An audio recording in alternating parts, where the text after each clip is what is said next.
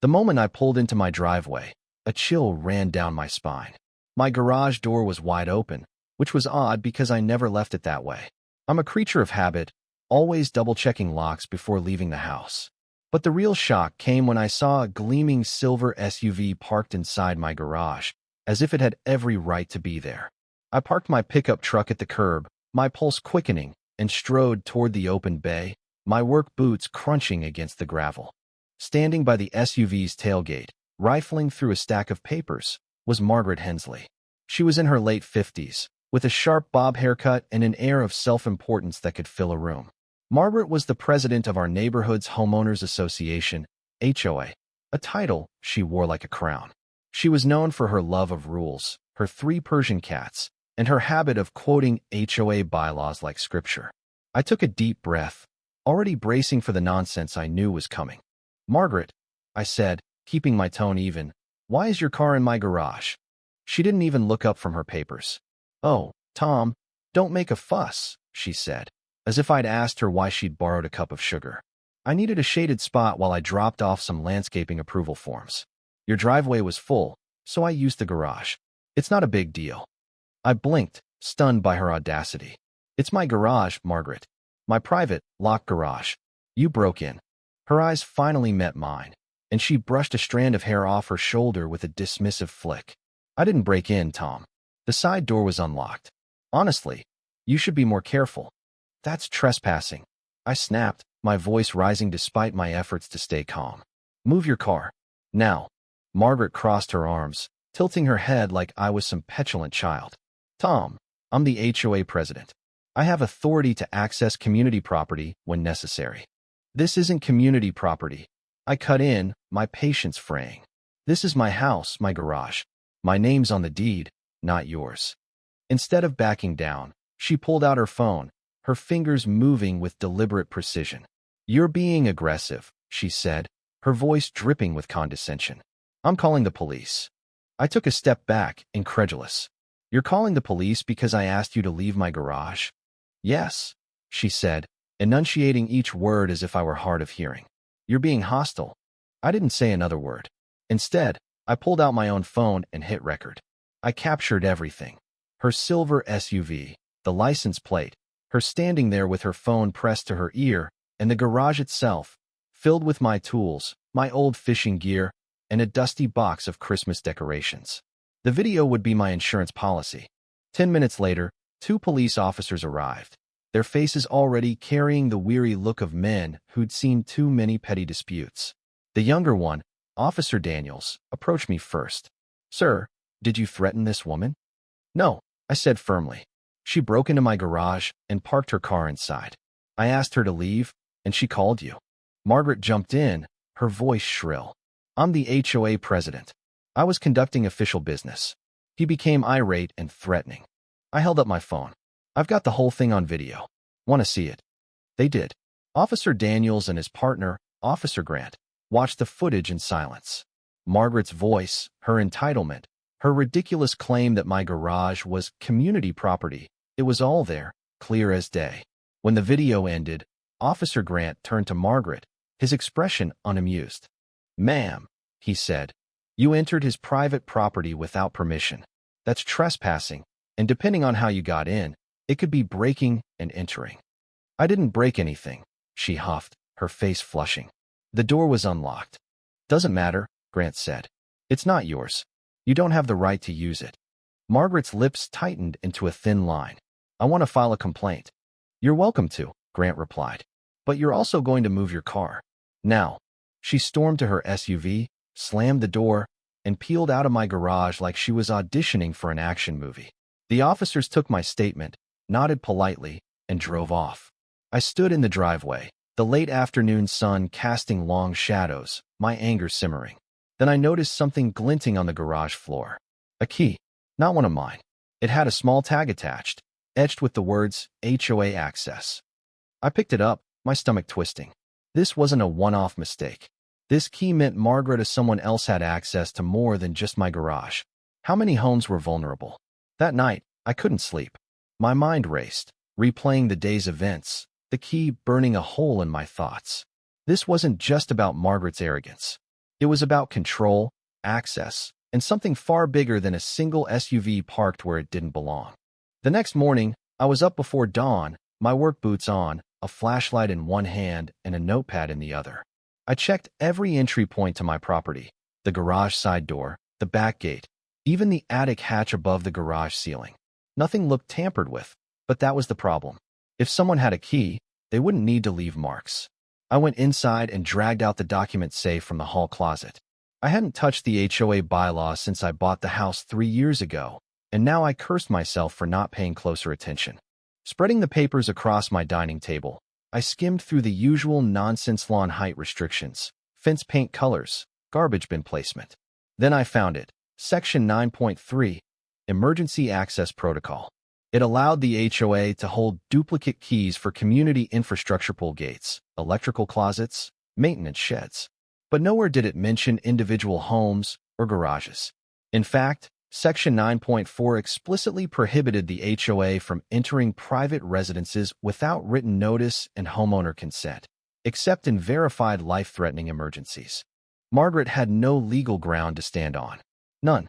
But the key in my hand suggested she didn't care about the rules. I started making a list.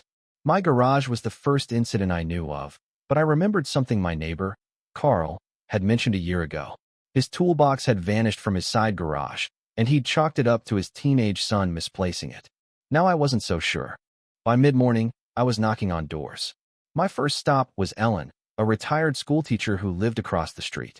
She answered in her slippers, her gray hair pulled back in a loose bun.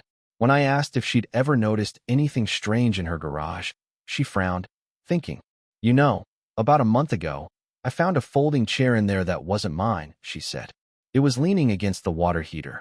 I thought my daughter left it, but she said it wasn't hers. A few days later, it was gone.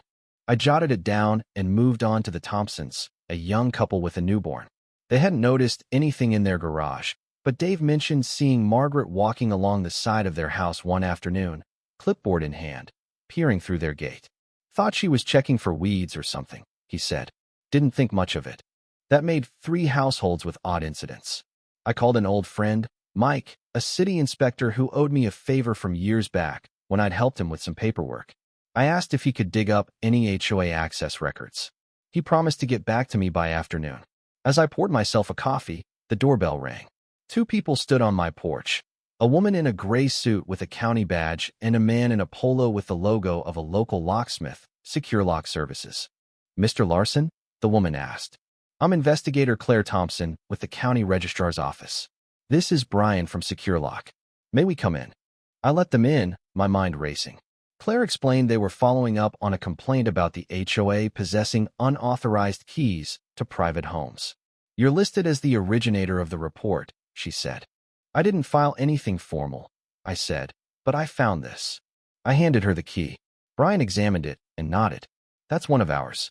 We issued a batch of 25 to the HOA 6 years ago, but they were only for the community center and pool pump room." "Did they request keys for private homes?" Claire asked. Brian shook his head.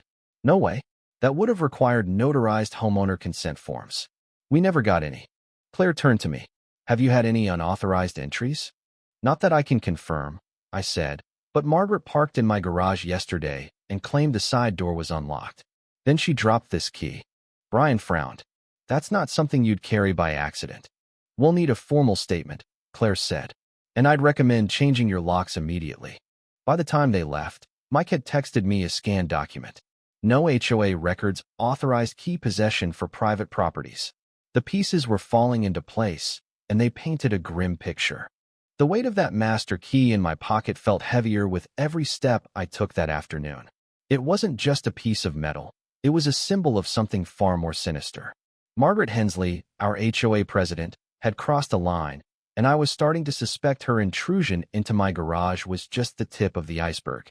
The bylaws were clear. No one from the HOA had any right to enter private homes, yet here was evidence suggesting otherwise. I needed answers, and I needed them fast. After Investigator Claire Thompson and Brian the locksmith left, I sat at my kitchen table, staring at the scanned document Mike had sent. It confirmed what I'd feared. The HOA had no legal authority to hold keys to private residences. The master key labeled HOA access was a violation of every rule in the book. But how many homes had Margaret accessed? And why? My gut told me this wasn't about parking in shaded spots or dropping off forms.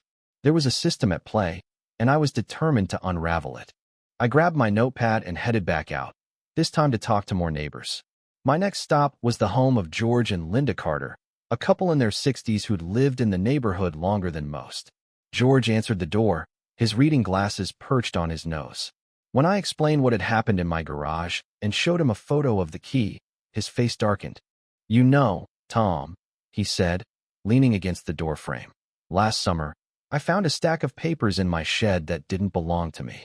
Some kind of HOA forms, all marked up with notes. I figured they blew in from somewhere, but now I'm not so sure." "Did you keep them?" I asked.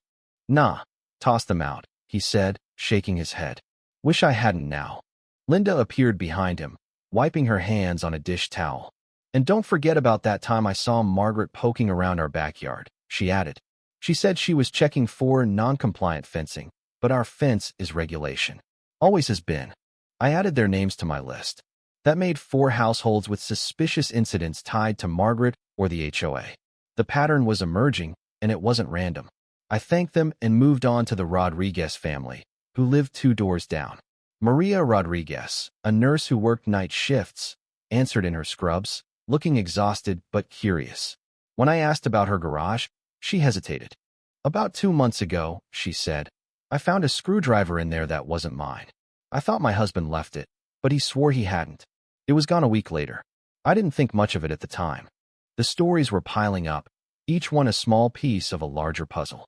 By late afternoon, I'd spoken to 7 households, and 5 reported oddities, misplaced items, unfamiliar objects, or sightings of Margaret near their properties. It was enough to convince me this wasn't a coincidence. I called Mike again, asking if he could dig deeper into the HOA's records, maybe check for any unusual filings or complaints. He promised to look into it and get back to me by morning. Back home, I pored over the bylaws again, searching for anything I might have missed. Section 14.2 caught my eye, a clause allowing 10% of homeowners to petition for a vote of no confidence in the HOA board. With our neighborhood's 200 homes, that meant 20 signatures could force a special election. I started drafting a flyer, simple but direct, calling for a neighborhood meeting to discuss urgent HOA concerns. I printed 50 copies and spent the evening slipping them under doors, deliberately skipping Margaret's house. The meeting was set for the next evening in George Carter's backyard neutral ground, free from HOA oversight. I didn't sleep much that night, my mind racing with questions. What was Margaret doing with those keys? Was she acting alone, or was the entire board in on it? And why my garage? The thought of someone entering my home while I was away made my skin crawl. The next day, I got a call from Mike. "Tom, you're not gonna like this," he said, his voice low. "I pulled some records from the city. The HOA filed for emergency access keys 6 years ago, but the request only covered community buildings. There's no record of them requesting keys for private homes. But here's the kicker. The filing was signed by Margaret Hensley, and there's no co-signature from the management company, which is required." "So she went rogue," I said, gripping the phone. "Looks like it," Mike replied. "I'm sending you the document. You might want to pass it to that investigator." I thanked him and hung up, my heart pounding. This wasn't just a power trip, it was a deliberate breach of protocol. I called Claire Thompson and relayed what Mike had found. She listened quietly, then said, "This matches a report we got this morning. Another resident submitted surveillance footage showing someone entering their garage at night. We're escalating this to the district attorney's office." That evening, George's backyard was packed. Over a dozen households showed up, more than I'd expected. Faces I hadn't seen at HOA meetings in years were there, their expressions a mix of curiosity and concern. I laid it all out. The key, Margaret's intrusion, the bylaws violations, and the new evidence from Mike. I passed around the document and showed photos of the key on my phone. The crowd grew restless, voices overlapping as people shared their own stories. "My shed lock was jimmied last spring," said Paul, a retired mechanic. "Thought it was kids, but nothing was stolen." "I found a clipboard in my garage once," added Susan, a widow who lived at the end of the street. "It had HOA letterhead. I threw it out, but it creeped me out." Then George stood up, holding his phone. I installed a trail camera last week after Tom told me about his garage, he said. Checked the footage this morning. He mirrored the video to a portable projector, and we all watched in stunned silence. A blurry figure, dressed in dark clothing, entered his side gate at 2 a.m. 3 days earlier. No flashlight, just a quick in and out, like they knew exactly where to go. Someone's been in our homes, Susan whispered, her voice trembling. While we sleep. I raised my voice to cut through the murmurs. We don't know it's just Margaret, but we do know the HOA has keys they shouldn't. We need to act. Section 14.2 lets us call a vote of no confidence. 20 signatures, and we can force a new election. Hands shot up, questions flying. What about legal charges? Dave Thompson asked. Investigator Thompson's already on it, I said. But we need to protect ourselves. Change your locks, install cameras, document everything. By the end of the night, I had 33 signatures, more than enough. The air in George's backyard crackled with a mix of anger and resolve. This wasn't about one woman's ego anymore. It was about taking back our homes. The next morning, I dropped off the petition at the HOA's management company, a third-party firm Margaret rarely mentioned, probably because she liked being seen as the sole authority. The receptionist time-stamped my submission, and I felt a small surge of satisfaction. Back home, I started installing new smart locks on every door, front, back, garage, even the shed. I wasn't taking chances. I also mounted a hardwired camera above the garage and another over the back patio. George's trail footage haunted me, that figure moving with such confidence, like they owned the place. Around noon, I found a folded letter stuffed through my side gate. No envelope, no return address, just a single sheet of paper. The message was typed, cold, and precise. You're disrupting a carefully managed system. Keep pushing, and you'll regret it. The words sent a chill through me, but not out of fear, out of anger. This was no prank. The grammar was too clean, the tone too deliberate. I snapped a photo and drove to the county registrar's office to hand it to Claire. She bagged the letter and added it to the file. This is escalating, she said, her voice steady but serious. We're treating this as an active inquiry now. That afternoon, I followed up on the master key serial number, which I jotted down before handing it over. I called Brian at SecureLock and asked if he could trace it. It's part of a restricted batch from 7 years ago, he said. Required notarized authorization from the HOA board and a co-signature from the management company. Let me check the records. After a long pause, he came back, his tone grim. There's only one signature on file, Margaret Hensley's. No co-signer. That batch should have never been released. I leaned back in my chair, the pieces clicking together. Margaret had bypassed protocol, possibly forged documents, to get those keys. This was bigger than I'd imagined. I called Claire again, relaying Brian's findings. We're securing a warrant to search the HOA's storage unit, she said. It's leased under their name, but no one notified homeowners. Be there tomorrow morning. The dawn sky was still streaked with pink when I pulled into the self-storage facility just outside town. My truck's headlights cut through the early morning haze, illuminating the chain-link fence and rows of identical orange doors. Investigator Claire Thompson was already there, standing beside 2 sheriff's deputies and the facility manager, a wiry man with a clipboard. The air felt heavy, not just with the morning chill, but with the weight of what we might find. I parked, grabbed my coffee thermos, and joined them. Claire gave me a nod. Thanks for coming, Tom. We're executing the warrant now. She handed the document to the manager, who skimmed it and led us to a corner unit, number 47. One of the deputies, a broad-shouldered man named Harris, snapped the padlock with bolt cutters. The door rattled up, revealing a dimly lit space packed with shelves. Boxes labeled Archives, Compliance, and Maintenance lined the walls, but it was the small metal cabinet against the back that caught my eye. It had a keypad lock, gleaming under the fluorescent light like it was hiding something. Deputy Harris didn't hesitate. He wedged a crowbar into the seam and popped the cabinet open with a metallic groan. Inside were 12 small boxes, each labeled with a street name from our neighborhood: Maple Drive, Cedar Lane, Oakwood Circle. My street was there, third from the left. Claire opened the box for Maple Drive, and my stomach dropped. Dozens of keys, some tagged with house numbers, others with cryptic letters, gleamed in neat rows. Jesus, I muttered, my voice barely audible. Claire didn't say a word. She just started snapping photos, her camera's shutter clicking in the silence. Deputy Harris pulled a folder from a separate bin, flipping it open to reveal printed maps of our neighborhood. Certain homes were marked in red: mine, George's, Ellen's, and at least a dozen others. The pattern was undeniable. "You're looking at a criminal conspiracy," Claire said finally, her voice steady but laced with disgust. "Unauthorized surveillance, illegal entry, misuse of funds, forgery. And that's just the start." The deputies boxed up the keys, maps, and several folders for evidence.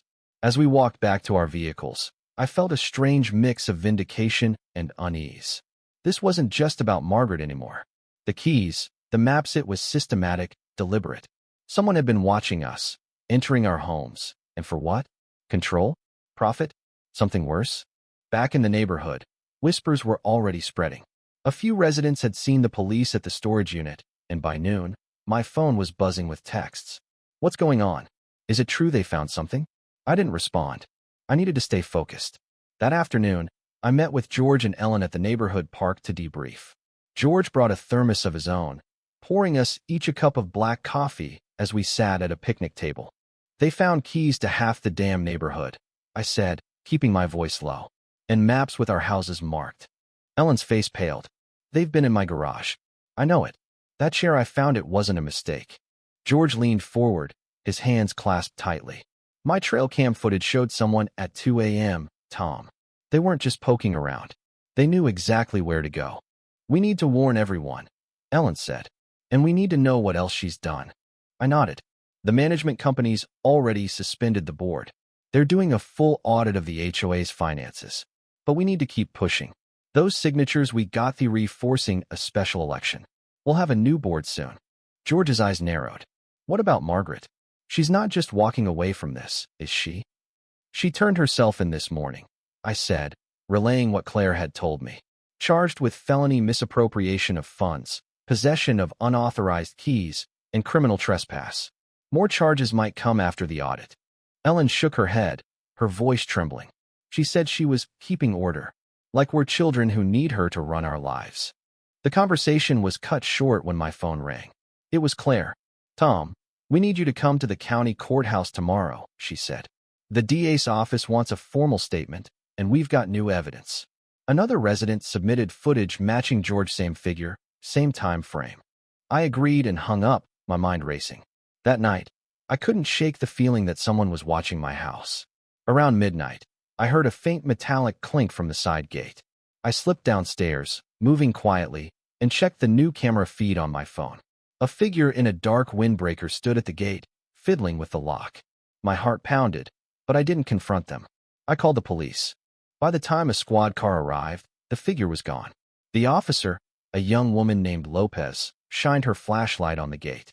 "Fresh tool marks," she said, pointing to faint scratches on the latch. "Looks like they were trying to pick it.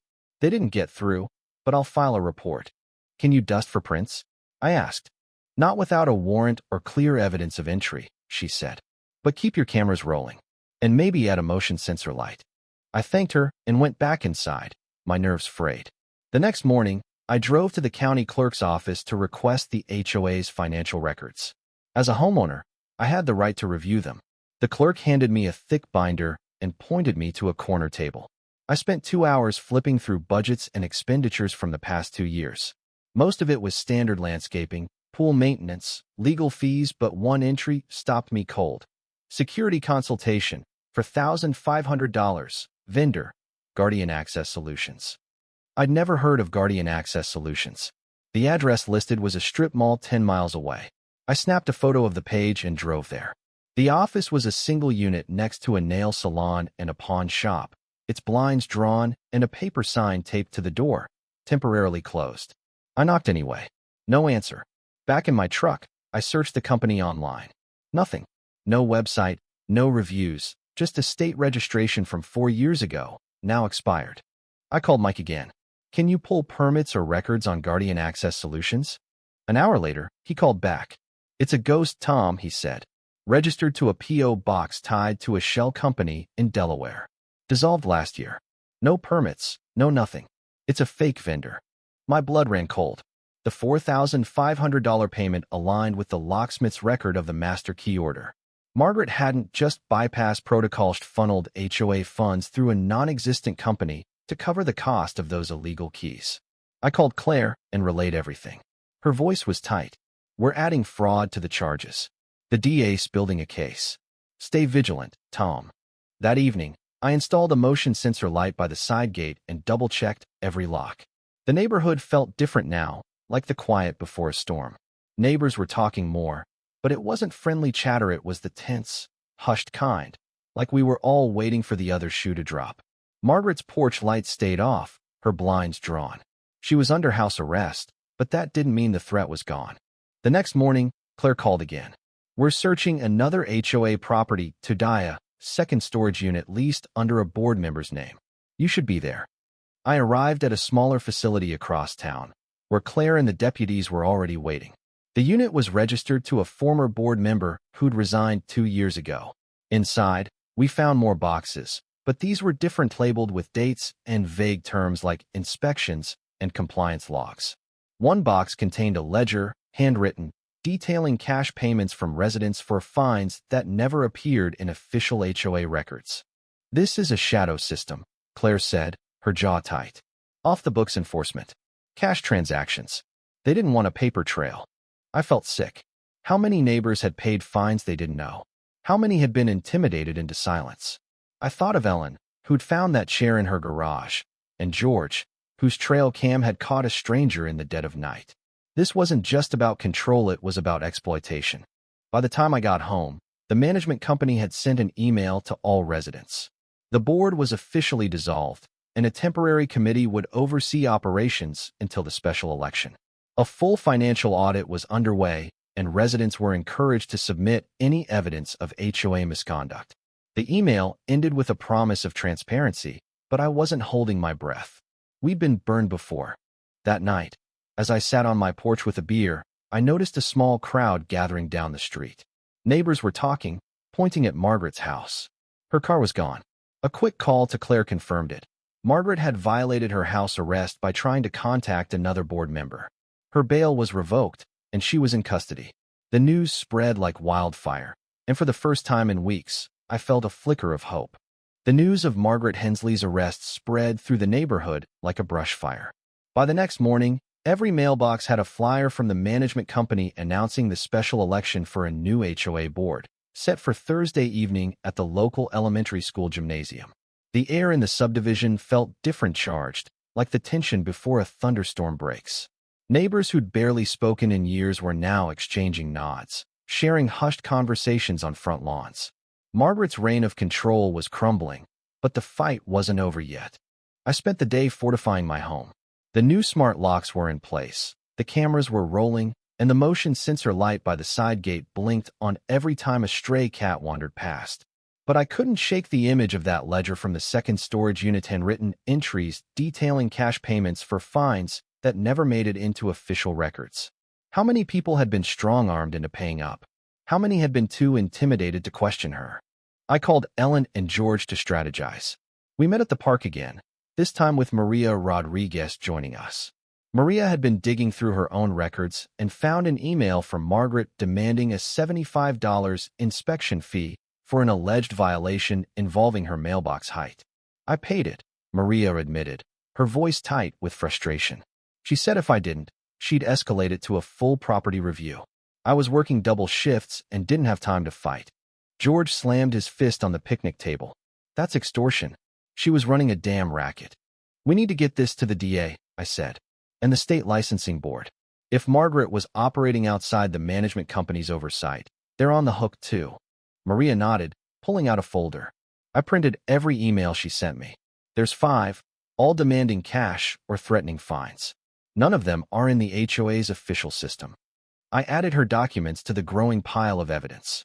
That afternoon, I drove to the county courthouse with a flash drive and a folder stuffed with emails, photos, and notes. A young assistant district attorney, James Carter, met me in a small conference room. He was in his 30s, with sharp eyes and a notebook already half-filled. I laid out everything. The keys, the maps, the fake vendor, the cash payments, the threatening letter I'd found at my gate. Carter leaned back, tapping his pen against the table. "This isn't just HOA abuse," he said. "It's organized fraud." She created a shadow system off-the-books enforcement, cash transactions, fake vendors, surveillance without consent. And these maps, he pointed to the photo of the neighborhood map with red-marked houses. These weren't random. Every marked property had a history of opposing her, voting against her proposals, challenging fines. "That's motive," I said, my voice steady but cold. "She targeted us." Carter nodded. "Exactly. We're adding wire fraud and unlawful surveillance to the charges. We've got enough for an indictment, but we need more resident statements to make it airtight." I promised to rally the neighborhood. That evening, I sent out another round of flyers, urging residents to submit any evidence of Margaret's overreach, emails, receipts, even photos of suspicious activity. By nightfall, my inbox was flooded. One woman sent a screenshot of a text from Margaret demanding $100 for a tree maintenance fee that didn't exist. Another neighbor, an older man named Harold, shared a story of finding his garage door slightly ajar after a late-night dog walk. The stories kept coming, each one fueling my resolve. The next day, I noticed a black sedan parked across the street from my house. It wasn't unusual for cars to park there, but something about it felt off. I snapped a photo of the license plate and sent it to Claire. She called back within the hour. "It's not one of ours," she said, "but we're keeping an eye out. Margaret's in custody, but we don't know if she had accomplices. Stay cautious." That warning stuck with me. I added a second camera to the front of my house and started checking the feeds obsessively. Late that night, I heard the motion sensor light click on again. The camera showed nothing, just a flicker of movement at the edge of the frame, gone before I could make sense of it. I called Officer Lopez, who'd responded to the gate incident. She drove by, found no one, but noted more faint scratches on the gate latch. "Someone's testing your defenses," she said. "Keep documenting." The special election was 2 days away, and the neighborhood was buzzing with anticipation. I spent the morning helping George and Ellen draft a list of candidates, people we trusted, people who'd never wanted power but were willing to step up to fix this mess. We settled on 3. Maria Rodriguez, who'd proven her tenacity, Paul, the retired mechanic with a no-nonsense attitude, and Linda Carter, George's wife, who'd spent years teaching and knew how to mediate disputes. Wednesday night, I got a call from Claire. "We found something in the second storage unit," she said. "A notebook with dates and addresses, cross-referenced with payments. It's a log of every time Margaret or someone else entered a property. Your house is listed 3 times in the past year." My blood ran cold. 3 times? I was home most of that time. "Doesn't mean they got inside," Claire said. "Could have been external checks, gates, windows. But it's evidence of intent." The DA's adding stalking to the charges. I barely slept that night, my mind replaying every creak and shadow I'd ignored over the past year. The next morning, I walked the perimeter of my property again, checking for anything out of place. Nothing stood out, but the unease lingered. I was starting to understand how deep Margaret's obsession with control ran. The election took place in the elementary school gymnasium, a cavernous space filled with folding chairs and the hum of fluorescent lights. The turnout was staggering, over 100 residents, more than any HOA meeting in memory. The management company had sent neutral observers to verify addresses and hand out ballots. Margaret, of course, wasn't there. She was still in custody, her attorney scrambling to suppress evidence that was piling up like a landslide. The candidates spoke briefly, each promising transparency and accountability. Maria talked about her experience with Margaret's fake fines. Paul vowed to overhaul the HOA's financial system. Linda emphasized open communication, suggesting live-streamed meetings. The room listened intently, the air thick with determination. These weren't just speeches, they were declarations of independence. When the votes were tallied, Maria, Paul, and Linda were elected by a landslide. As the crowd dispersed, a man from the management company approached me. He was in his 40s, with deep lines around his eyes and a quiet intensity. "Tom, I'm Howard," he said, offering a handshake. "I've been reviewing the audit. You're the reason we're not facing a dozen lawsuits right now." "How bad is it?" I asked. He exhaled slowly. 2 off-the-books accounts, one labeled discretionary enforcement, another under a dummy LLC. Over $30,000 moved through them in 2 years. We're still tracing it. My stomach churned. Were homeowners overcharged? Worse, he said. Late fees inflated, dues misapplied, fines issued with no record of violations. Some checks were endorsed to a personal name. "Margaret," I said, not a question. He nodded. "We're cooperating with the DA. This is going to get ugly." I left the gym, my mind reeling. The scope of Margaret's scheme was staggering: fake fines, secret accounts, illegal keys. She'd turned our neighborhood into her personal fiefdom. I met George, Ellen, and Maria at the park later that night to share the news. Maria had brought a folder of her own, filled with more emails from Margaret demanding cash payments for non-existent violations. "She did this to me too," Ellen said, her voice low but steady. "Last fall, she said my privacy hedges were too tall, demanded a $50 inspection fee, or she'd have them cut down. I paid it. I didn't know better." George tapped the folder. "We need to send this to the DA. All of it." "Already planning to," I said. "And the state licensing board. If the management company let this slide, they're complicit." The next morning, I walked into the courthouse with Maria's folder and my flash drive. James Carter, the ADA, met me again. I laid out the new evidence, including the emails and the audit findings. His notebook filled up fast. "She weaponized the HOA," he said, shaking his head. "This is one of the worst cases of fraud I've seen." I placed one final document on the tablilla list of the red-marked houses from the storage unit maps. "These were targeted," I said. "Every one of us challenged her at some point. She wasn't just stealing. She was punishing." Carter's jaw tightened. "That's retaliation. It strengthens the case."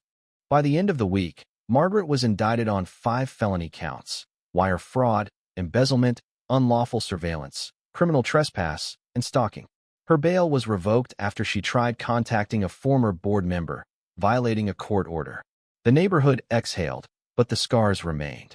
We'd won a battle, but the war wasn't over until she faced justice. The weeks leading up to Margaret Hensley's trial were a blur of anticipation and preparation. The neighborhood was no longer just a collection of houses. It had become a community united by a shared fight. People who'd once kept to themselves now stopped to talk on sidewalks, comparing stories of Margaret's overreach. The new board, Maria Rodriguez, Paul, and Linda Carter, hit the ground running, posting a detailed financial breakdown in the community newsletter and promising refunds for any fraudulent fines. They also announced that all future HOA meetings would be live-streamed, with recordings archived for anyone to access. It was a small step, but it felt like a revolution. I kept my cameras rolling and my locks secure, still wary of the faint tool marks Officer Lopez had found on my gate. The threatening letter I'd received, "You read, disrupting a carefully managed system," still gnawed at me.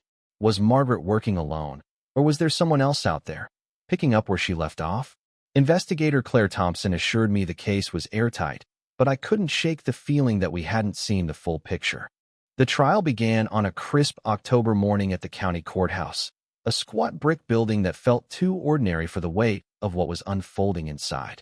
The courtroom was packed: neighbors, reporters, even a few curious outsiders drawn by the growing buzz around the case.